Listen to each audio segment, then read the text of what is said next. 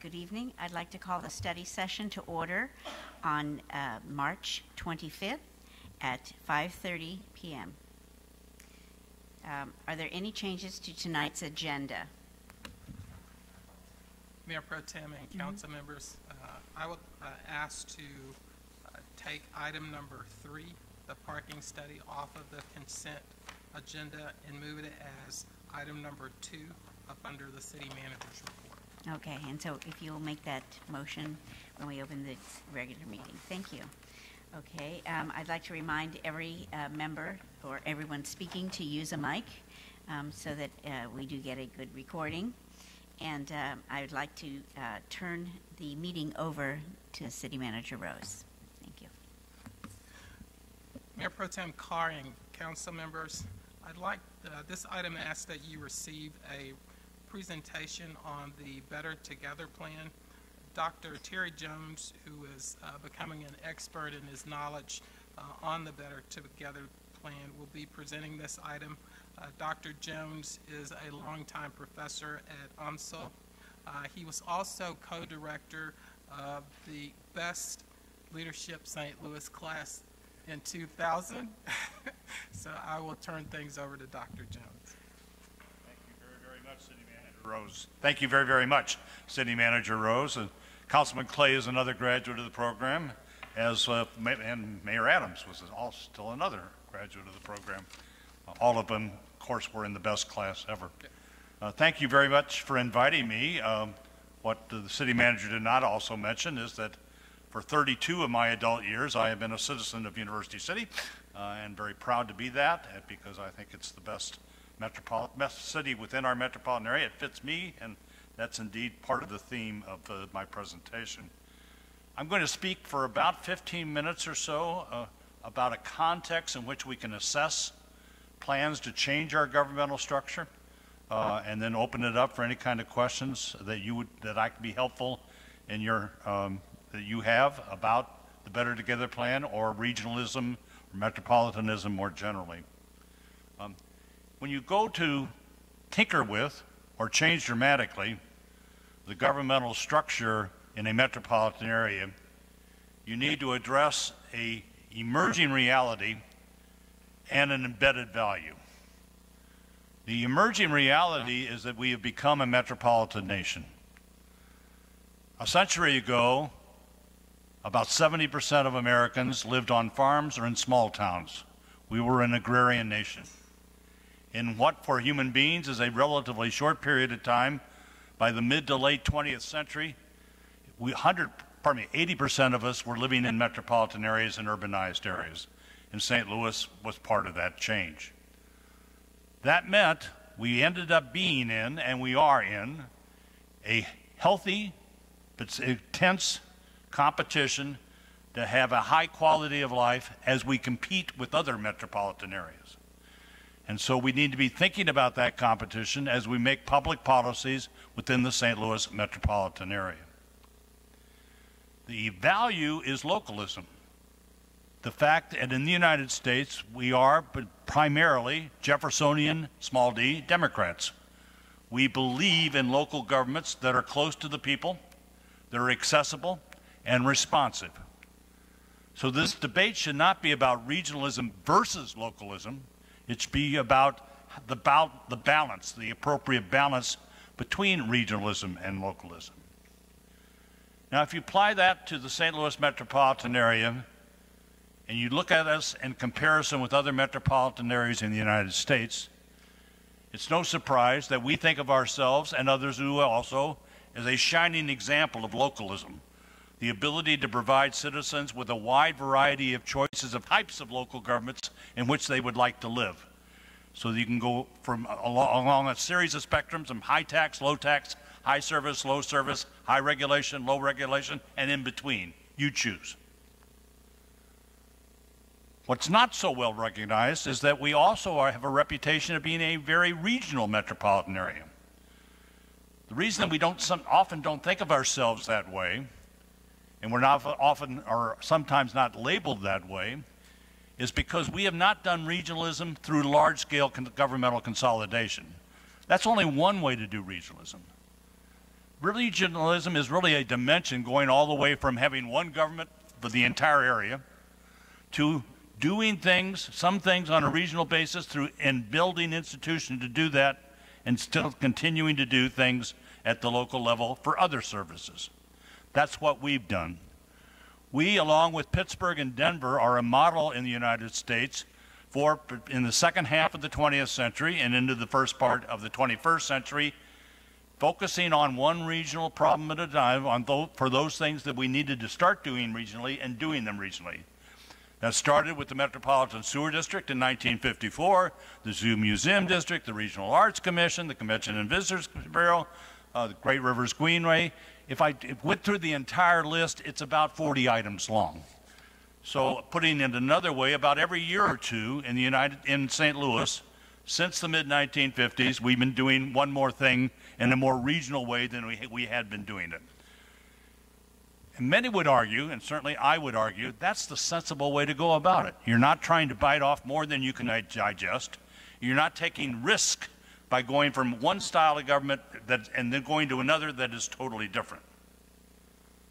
So now let's shift to the Better Together plan. It received a great deal of opening applause when it was rolled out in late January, but a lot of people said then, and appropriately, let's look at those details, because the cliche is, and it's a good cliche, the devil is in the details. I have three areas of concern about the Better Together plan. One deals with democratic norms and its violation of democratic norms. The second with its financial viability. And the third is the whole process that's being used to try to convince the state of Missouri and the citizens of this area that it's a better way of governing ourselves than our current. But as I do that, I want to make it clear that I'm not arguing for the status quo as we see it now. What I'm arguing for is we need to do something additional regionally. Let's look at that particular issue and let's see what we can do. That's the way we have been doing it, and we've been very good at it. So, for example, should we combine some public health departments? Possibly. Should we have an overarching regional economic development agency? That's worth talking about. Should we have a single airport authority? Again, another useful topic of conversation. So this is not the status quo versus the Better Together plan. It's one way of approaching regionalism versus another. How does it violate democratic norms?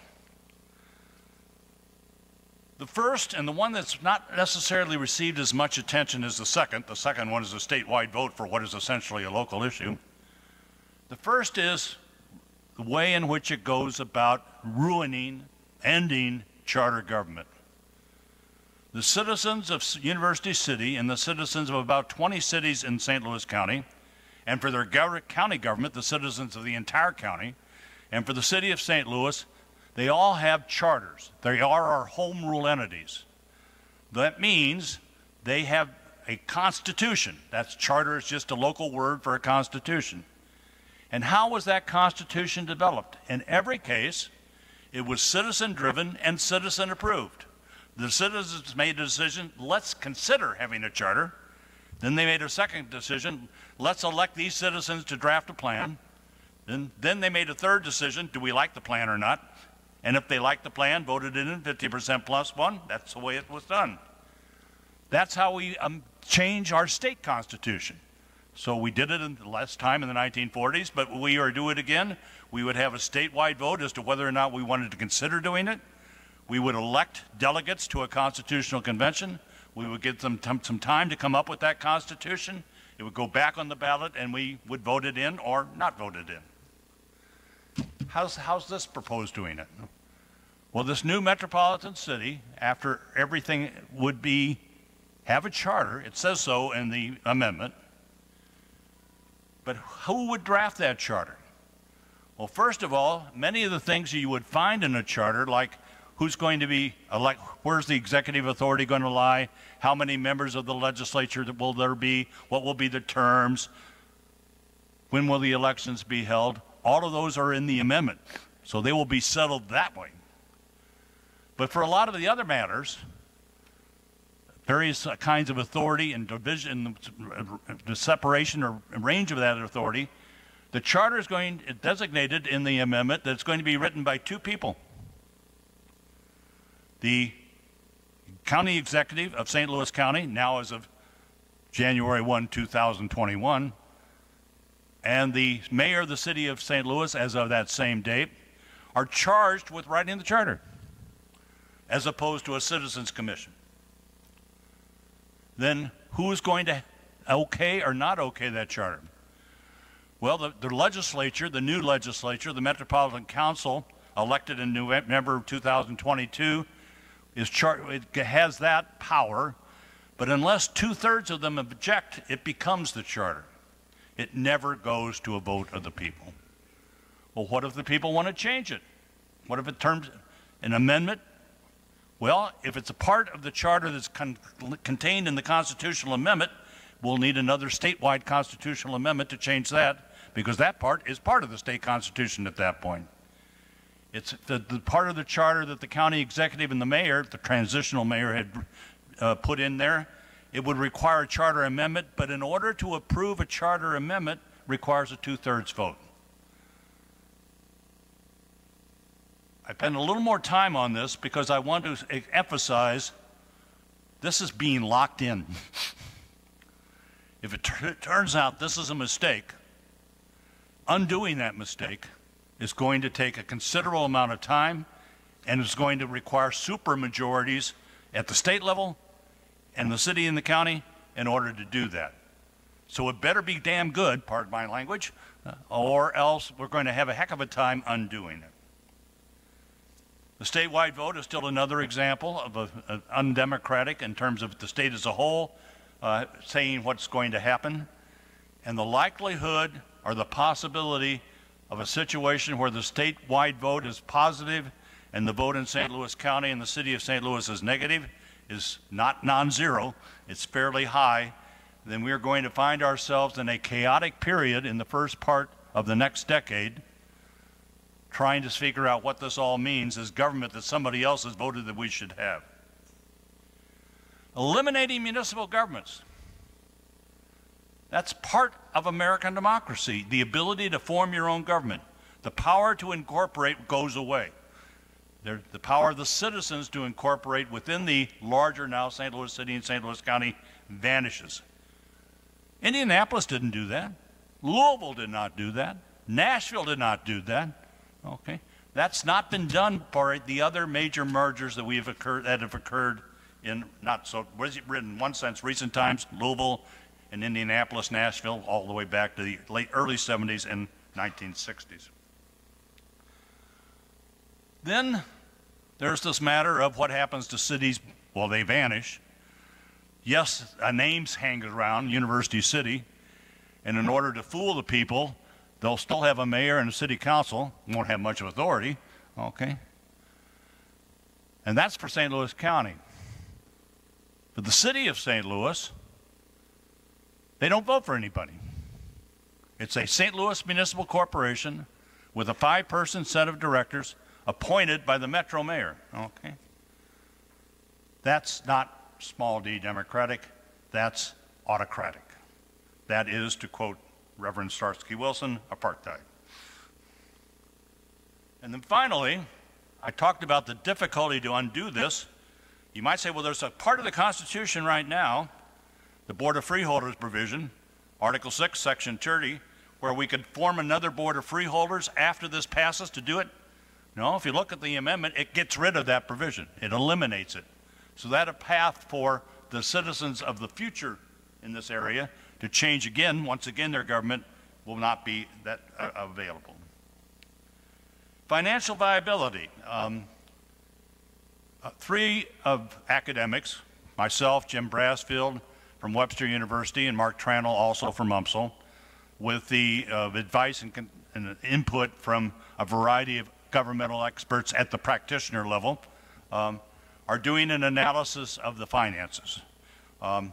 It'll be out within the next week, but let me point out a couple of things that are already pretty obviously deficient about the financial viability. First, They claim they could well be cumulatively up to $5 billion worth of savings. Well, how do they come up with that $5 billion? They cut government by a considerable margin. How big? A 3% cut disguised with an inflationary in their projection, but a real 3% cut each year from 2023 to 2032. So almost, but not quite 1/3 over that period. And they claim there'll be enough cost savings so they won't have to cut services. I don't need to tell a city council or a state legislature that doesn't happen, cannot happen. And if you ask, well, what's happened in terms of cost savings in previous mergers in other parts of the country? Okay. Louisville, the savings after a few years were 1%, and then those went away. It was back to the way it had been before. Same story in Indianapolis, same story Nashville.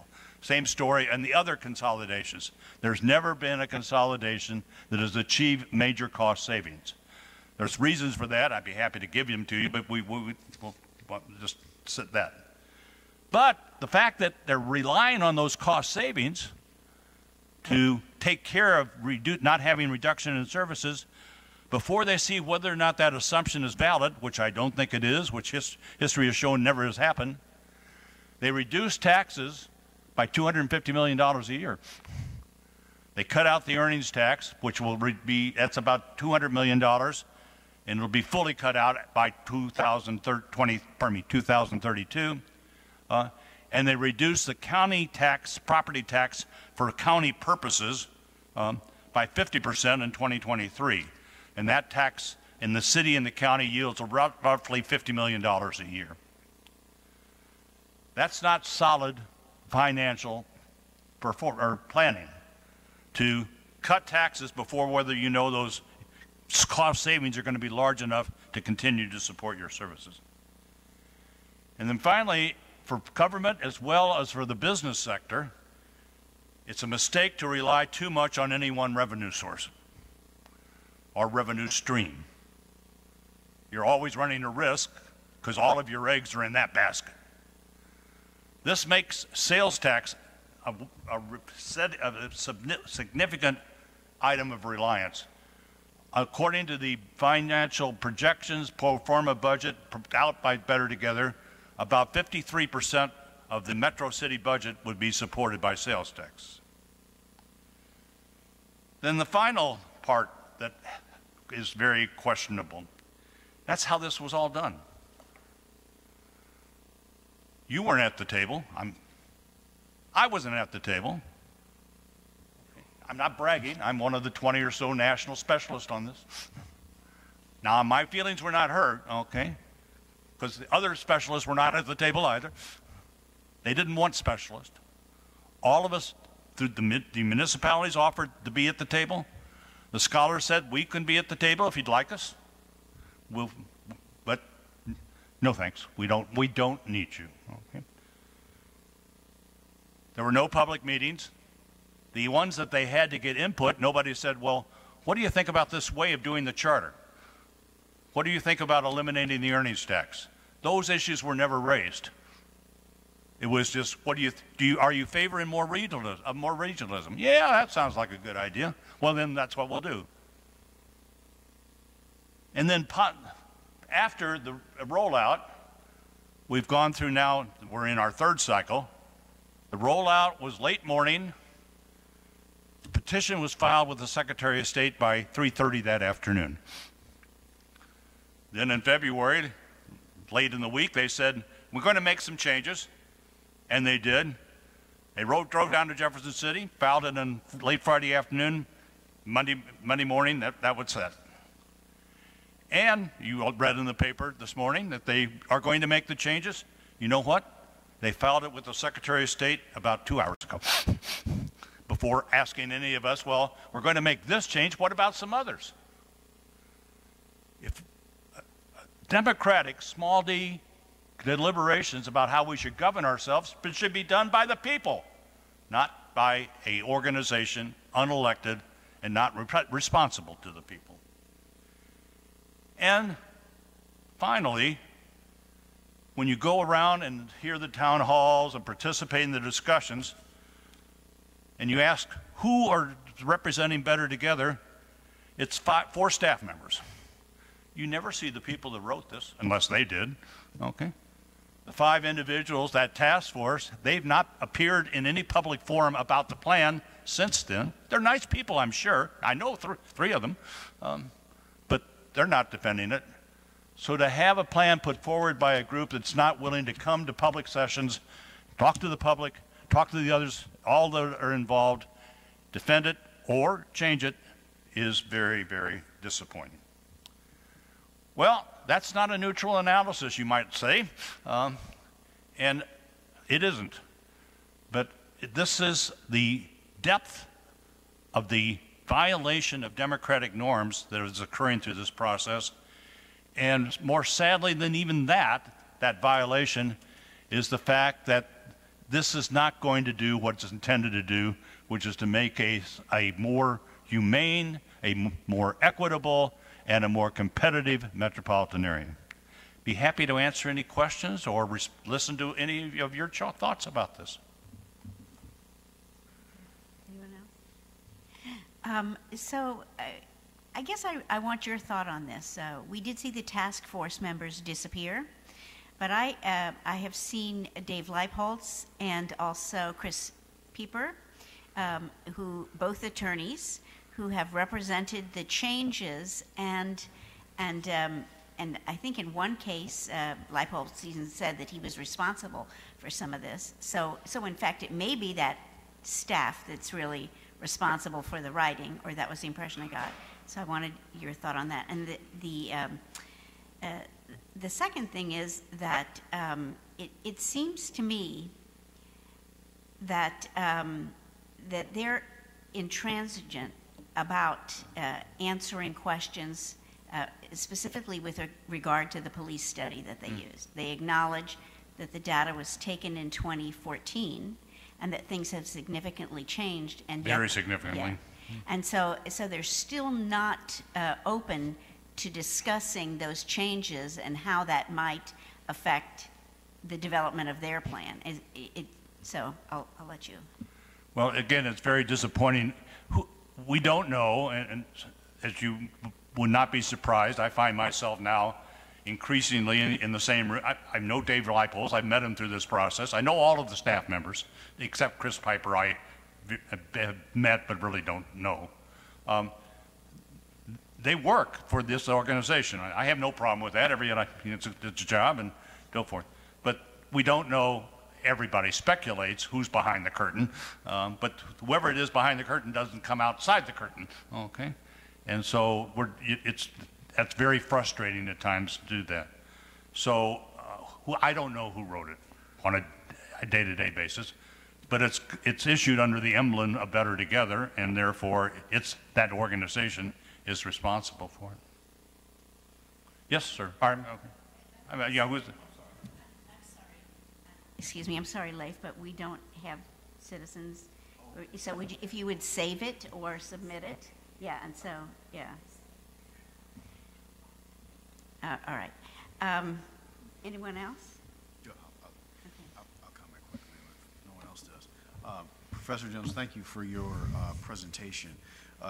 First question is actually more to the city manager. I know there had been some conversation about inviting actually representatives of Better Together to participate in a discussion like this. Do you have any? Mayor Pro Tem, Councilmember Clay, we certainly have the option of inviting Better Together to a study session, the same as what we're doing for this one. Because of the amount of time for the study session, it didn't seem appropriate to have them both during the same time period because of the limited amount of time. But if they make a request to participate in a study session, or if the council members desire me to reach out to them again, certainly willing to do that. Okay, and let me offer this as well. So I know clearly the council is aware, some of the audience may be aware as well. We passed a resolution that took issue with the process that Better Together is undertaking. I want to say, and I've heard this uttered by other council members, but I would dare not speak for them, but for me personally, I support the idea of regionalism. I think there are some macro level issues. We don't need two public health departments. I think there are some micro quality of life issues as well that could potentially be addressed through a more regional approach, i.e. policing in some of our neighboring communities, particularly to the north. And so I think there is a regional solution there, and I think the approach Dr. Jones articulated might, kind of taking it a problem at a time, might get at that, and there might be even some more connective consolidation that takes place as well. But my issue, and at least from the resolution that we passed as a council, is really about the process by which this is happening. And I would say, we can certainly bring this up later, I would like Better Together to come here. And I know it only takes two of us to request that, but I think it's important that we hear directly from them and have the opportunity to ask them questions. So I have one more question. In the February amendment to their proposed amendment, to the Better Together amendment, they made two changes that I noticed, although they said it was just technicalities. The first was to nail down the position for the county executive, because they left it as only sickness, death, and retirement, right, essentially. And so they may have known that there was, and almost everyone that followed it knew that there were some problems between the county executive and the county council. So that was one of the things that I noticed. The second thing I noticed was that they actually went after the sales taxes, saying that the sales taxes that were operative before the election would remain so. And so my question, my thought was, what if the people had decided they no longer wanted a sales tax and could take a vote and say, we don't want our parks sales tax anymore, which is a viable thing. It seemed to me like they nailed that one down too, as if you couldn't take that step back. Your thoughts? So I snuck out of the corner of my eye. I looked at the city attorney. There are all sorts of issues that will need to be litigated in this document that, while I can have an opinion about, and I'm not an attorney, but I am a specialist in local government, will almost automatically be litigated if it passes. So, for example, my reading of the document would say if you had a dedicated tax for one of the services that you were allowed to provide, and Parks and Recreation is one of those services, you could keep that dedicated sales tax. But I agree that you could read that differently, and that it's not an open and shut case in my interpretation of that statute. For sales taxes for other things, say economic development, my reading is that those are going to go, unless those are pledged as part of some debt payment or certificate of participation or so forth, those will go to Metro City and either right away or it will go to Metro City after the debt or the other liabilities are paid for. Metro City is going to be a very powerful entity if this passes, and the Metro Mayor of Metro City will be one of the most powerful local executives in the United States in terms of their formal powers. Some people would like that, some people would not, but that's the reality of the proposal. Thank you, Mayor Pro Tem. Professor Jones, I have a question. So if the Better Together proposal goes through and the city, the mayor of the city and the county executive write this charter, and whether or not the 2/3 majority exists on this new governing board approves this new charter, if they do or they don't, do we lose our constitutional right to be able to vote on a charter like that, or Yes. did we give that up when the will you answer my question? Yes, we do. Yes, you will lose that right as of passage of the amendment in November of 2020. And then the petition that's going around to bring together, to form That's not ambiguous, by the way. Yeah. That's not like, unlike the sales tax. Go on. the petition initiative to force the city and the county to form the Board of Freeholders now so that this issue can be discussed openly and frankly. What do you feel about that? I think it would be very healthy for this region. And I'm going to take a step back and make a side statement, with your permission. Even I and all of us fall into the habit, it's not a good habit, of referring to the city and county as the region. That's so 20th century, and actually it's so mid-20th century. As of now, we are 48% of the region combined, the city and the county.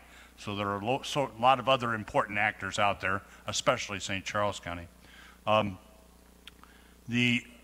Okay, now after I went off on your tangent, I'm going to ask you, Councilman, to repeat your question. The petition initiative currently being handed around Okay, to... This will give the St. Louis City and St. Louis County, through a transparent process that is open to the Republic and through people that are selected by the public's representatives, to debate whether or not we do want to make some changes in our governmental structure.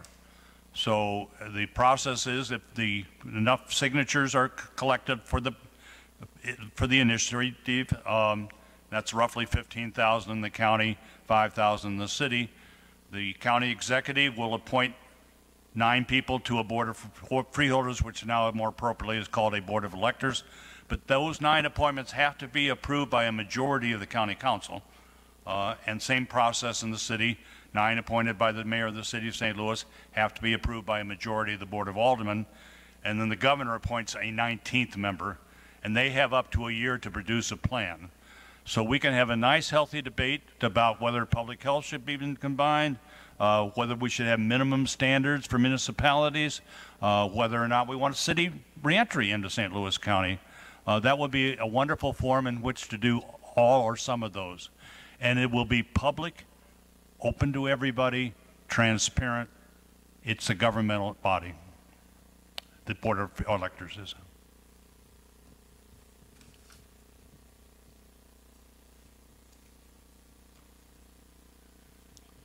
Thank you. Mr. Rose, did you want to? Mayor Pro Tem and council members, that concludes the presentation for the Better Together plan. Thank you. So I think we will adjourn this meeting and start our next meeting at 6:30. So I'd like to adjourn this meeting at 6:02 p.m.